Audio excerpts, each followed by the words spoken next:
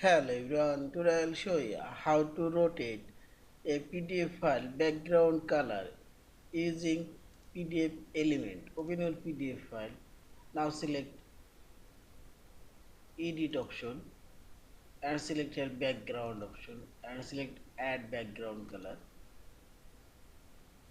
and select your color option in color.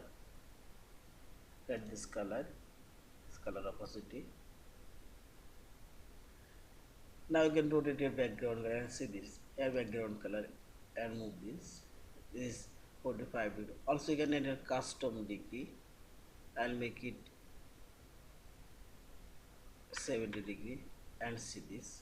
I'll make it 45 degree. And you can apply all page or custom page. Also you can increase decrease the background size. Here you can change background size and see this. You can increase it 80 degree. See this. I'll make it 100%.